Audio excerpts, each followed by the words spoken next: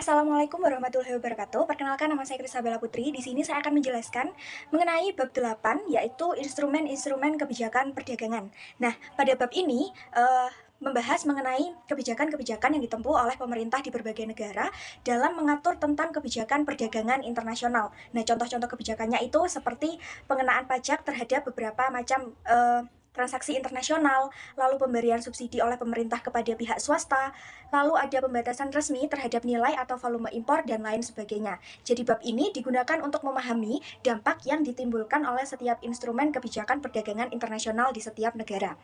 Nah, yang pertama ada analisis dasar tentang tarif. Jadi tarif itu adalah pajak yang dikenakan atas barang yang diimpor. Jadi tarif di sini dibedakan menjadi dua, yaitu tarif spesifik dan tarif ad valorem.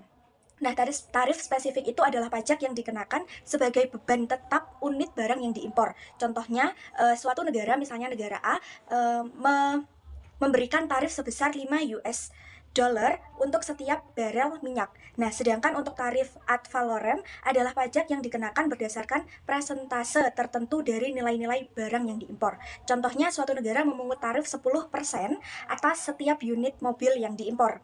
Nah, kedua jenis tarif ini tuh akan menimbulkan dampak berupa kenaikan harga atau biaya pengiriman barang impor ke suatu negara. Nah, tujuan utama dari pengenakan tarif ini tuh sebenarnya tidak hanya untuk memperoleh pendapatan sebagai tambahan kas di negara tersebut, tetapi juga untuk melindungi sektor di dalam negara tersebut.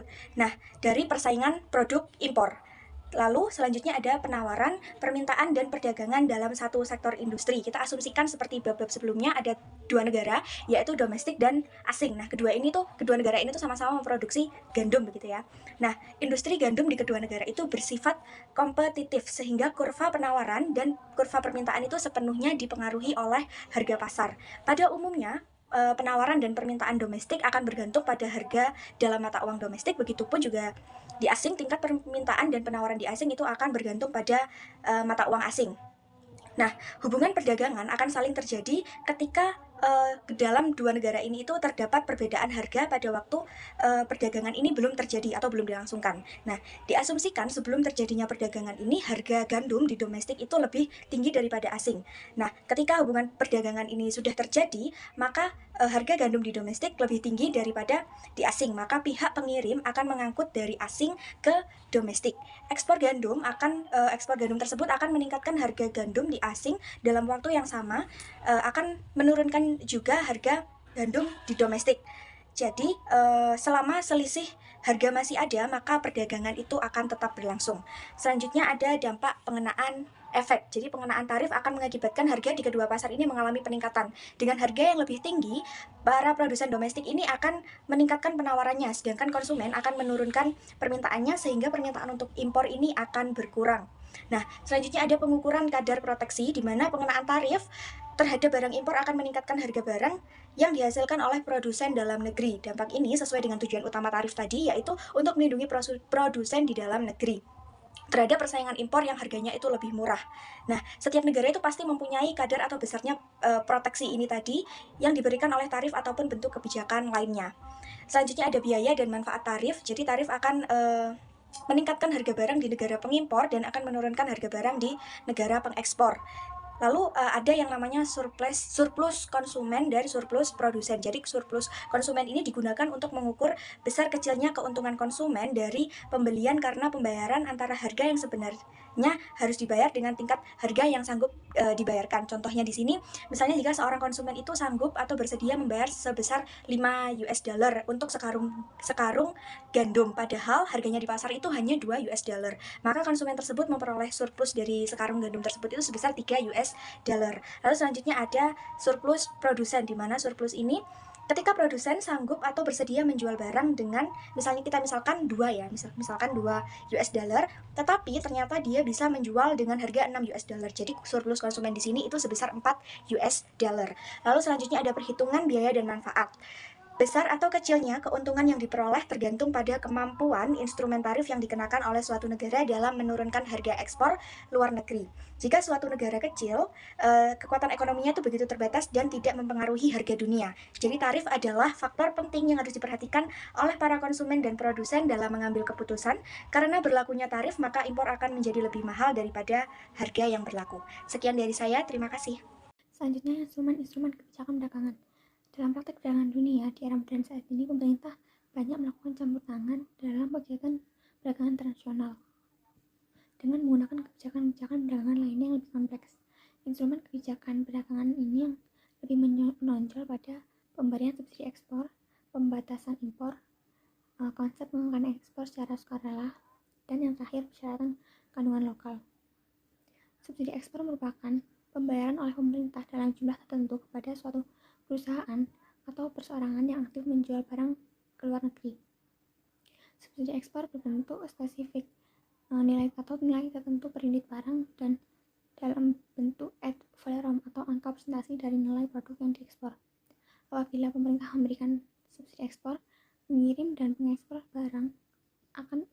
mengekspor barang sampai batas di mana selisih harga domestik ekspor terhadap harga persis sama dengan nilai subsidi. Kemudian yang kedua, kuota impor merupakan pembatasan jumlah atas jumlah barang yang boleh diimpor. Pembatasan ini biasanya diberlakukan dengan memberikan lisensi kepada beberapa kelompok, individu, atau perusahaan domestik untuk mengimpor suatu produk yang jumlahnya langsung dibatasi. Kemudian yang ketiga, pengekangan ekspor secara sukarela. Instrumen atau bentuk lain dari kebijakan pembatasan impor adalah pengekangan ekspor secara sukarela yang juga lazim dikenal dengan kesepakatan pengendalian sukarela atau Volunteer Return Agreement.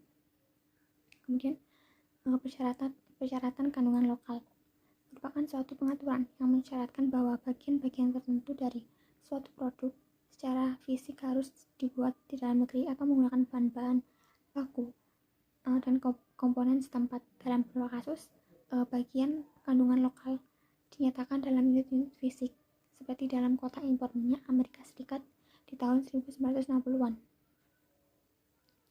Selain instrumen-instrumen tadi, ada beberapa alternatif metode yang diterapkan oleh pemerintah untuk mempengaruhi intensif perdagangan internasional.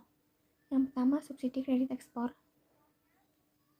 Ini semacam subsidi ekspor, hanya saja wujudnya berupa pinjaman yang subsidinya kepada pembeli. Kemudian yang kedua, proyek pengadaan pemerintah. Ini pembelian oleh pihak pemerintah maupun perusahaan-perusahaan yang diatur secara ketat dapat diarahkan pada barang-barang yang diproduksi di dalam negara, meskipun barangkali barang-barang tersebut sebenarnya lebih mahal daripada barang sejenis yang diimpor.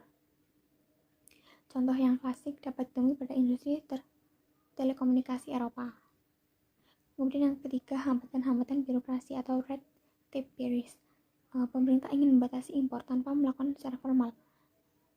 Tentunya begitu mudahnya pemerintah dari suatu negara untuk memberikan standar kesehatan, keamanan, dan prosedur pembayaran di serba terbit-bitnya sehingga sedemikian rupa sehingga merupakan perintang efektif dalam perdagangan. Kemudian yang terakhir, dampak kebijakan perdagangan.